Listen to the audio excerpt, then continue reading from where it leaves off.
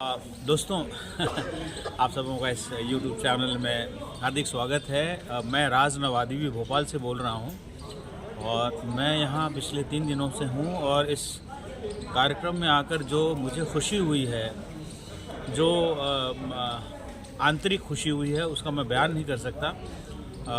बड़े अच्छे लोगों से मुलाकात हुई।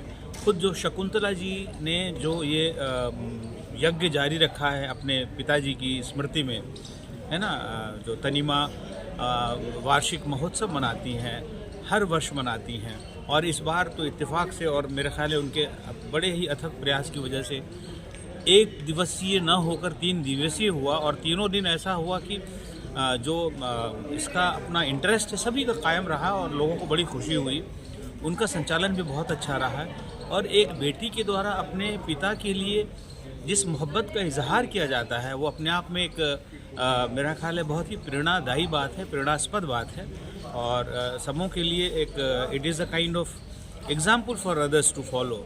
That is what I will personally say कि कौन करता है आज के ज़माने में। मैंने सुना तो था बेटियां अपने बाप से बहुत मोहब्बत करती हैं, लेकिन मैंने उनको यहाँ घटित होते देखा। Definitely I am also father of 2 daughters और मेरी बेटियाँ भी बहुत आगे हैं इसमें, लेकिन मैंने यहाँ पे उस भूमिका में उनको देखा जब बाप के गुजर जाने के बाद एक बेटी उस मोहब्बत को कायम रखती है, उसके चिराग को रोशन रखती है। तो आज तीसरा दिन है, हम लोग एक जैन समाज के आयोजन में आए हैं। बड़ी खूबसूरत सी जगह है ये, the institute of engineers India Udaipur local centre है, जिसकी स्थापना 1979 में हुई और यहाँ पे भी एक कवि सम्मेलन और मुशायरा है और मैं उम्मीद करता हूँ कि ये आज का ये आयोजन भी बड़ा ही भव्य होगा और हमें यहाँ के बड़ी खुशी है।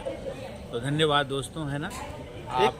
एक सवाल ये था कि आज पत्रकारिता जो है, साहित्य जगत बहुत बड़ा जगत है, आखिर पत्रकारिता जगत का इस ओर ध्यान क्यों नहीं है?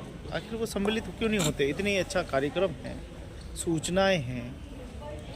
देखिए, इसमें एक बहुत ही बेसिक सा प्रिंसिपल है कि जो बिकता है ना, वही चलता है। एक्चुअली ये समाज का आईना है। हम न्यूज़ उन्हीं सब चीज़ों की सुनना या देखना पसंद करते हैं जिसमें न्यूज़ीनेस होता है ना। तो कहाँ क्या हो रहा है, राजनीति में क्या हो रहा है, सियासत में क्या हो रहा है, युद्ध में क्या हो रहा है, तमाम बुरी घटनाओं के बारे में भी हम पढ़ने से नहीं रुकते हैं, लेकिन अच्छी चीज़ें, क्योंकि हमारा मन किसी और है। तो ये समाज के मन का आईना है कि पत्रकार लोग नहीं आते हैं, क्योंकि यहाँ पे आएंगे तो वो बहुत बड़ा न्यूज़ नहीं बनेगा, है ना, because it is not very widely appreciated among the society people, you no.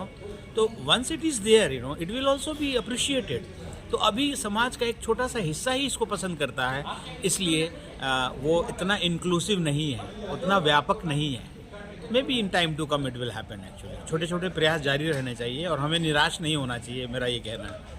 जबकि साहित्य जगत सबसे बड़ा जगत है, सबसे महत्वपूर्ण जगत है। आपने वीर गाथा सुनी, पृथ्वीराज की रासों में सुनते हैं, महाराणा प्रताप में सुनते हैं। युद्ध में बड़ी भूमिका रही है साहित्य की, और साहित्य की विधा इस प्रकार से अकेली पड़ी रहे, आपको कैसा फील होता है? मैं इसे अकेला नहीं मानता। होता क्या है, साहित्य का मतलब सहित, सबका हित जिसमें है। होता क्या है, जो चीज़ जितनी, जैसे हवा है ना, सब जगह फैली हुई तो नज़र नहीं आती है ना, उसी तरह से ये साहित्य हमारे जीवन के हर पहलू में समाया हुआ है, तो बहुत विशिष्ट रूप से नहीं दिखता है ना। हर जगह सफ़ेदी है, जब उसमें कोई दाग होता है तब नज़र आता है।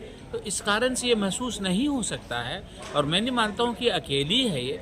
हाँ, हमें नज़र नहीं आती है, जैसे हवा नज़र नहीं आती, लेकिन उसी हवा को हम सांस के द्वारा अपने अंदर खींच रहे होते हैं और बाहर कर रहे होते हैं। साहित्य हमारे जीवन में रचा बसा हुआ है, उसके बिना मनुष्य क्या होगा, है ना। साहित्य के बिना हमारे अंदर प्रेम नहीं होगा, करुणा नहीं होगी, तो हम कैसे एक अच्छा इंसान बनेंगे।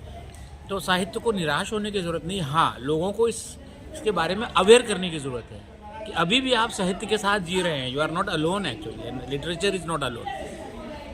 क्या दैनिक व्यक्ति के दिनचर्या में साहित्य का बड़ी भागीदारी होती है? बिल्कुल होती है, क्योंकि यही हमारे अपने व्यक्तिगत मूल्यों का निर्माण करता है। अगर हमारे जीवन में व्यक्तिगत मूल्य नहीं होंगे तो सामाजिक मूल्यों का निर्माण कैसे होगा, एक अच्छा समाज कैसे बनेगा, है ना।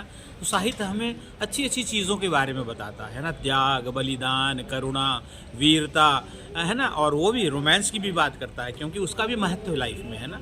तो definitely it is already there in everybody's life. मिठाई बहुत मीठी है, लेकिन साहित्य अगर नहीं है तो क्या वो मीठी हो सकती है? नहीं है ना, वो साहित्य के बिना कैसे मीठी होगी, है ना। कोई भी चीज़ साहित्य के बिना, संगीत के बिना, कला के बिना, चित्रकारी के बिना, ये जीवन के बड़े ही सूक्ष्म पहलू हैं। These are all very subtle aspects of life. They may not be visible normally to everyone, but they have their existence. उनकी सत्ता है। तो बिल्कुल सही है कि सब कुछ है और खाने में नमक नहीं है तो उसका स्वाद क्या होगा। जीवन है लेकिन जीवन में मूल्य नहीं है तो उसका स्वाद क्या होगा। आज के पत्रकार कहते हैं कि हम पत्रकार है, जबकि साहित्य से ही पत्रकार निकले। नहीं, वो तो सही है, पत्रकार भी साहित्य से ही निकले हैं, कि वो भी साहित्य की ही साधना और सेवा कर रहे हैं, इसमें कोई शक नहीं है ना। बहुत सारी चीज़ें हम करते हैं लेकिन हम जागरूक नहीं रहते। जैसे मैं अभी आपसे बोल रहा हूँ तो सांस भी ले रहा हूँ, but I may not be aware that I am breathing, तो लेकिन ऐसा तो नहीं कह सकते कि सांस नहीं ले रहे। मैं अभी यहाँ हूँ लेकिन मेरी फैमिली मीलों दूर वहाँ है, but I may not be remembering them, but they exist. दुनिया में बहुत है, चूँकि हम सब देश और काल में स्थित हैं तो बहुत सारी चीज़ें साथ साथ स्थित होती हैं लेकिन हमें पता नहीं लगता। तो साहित्य का पत्रकारिता से बहुत ही गहरा संबंध है। धन्यवाद।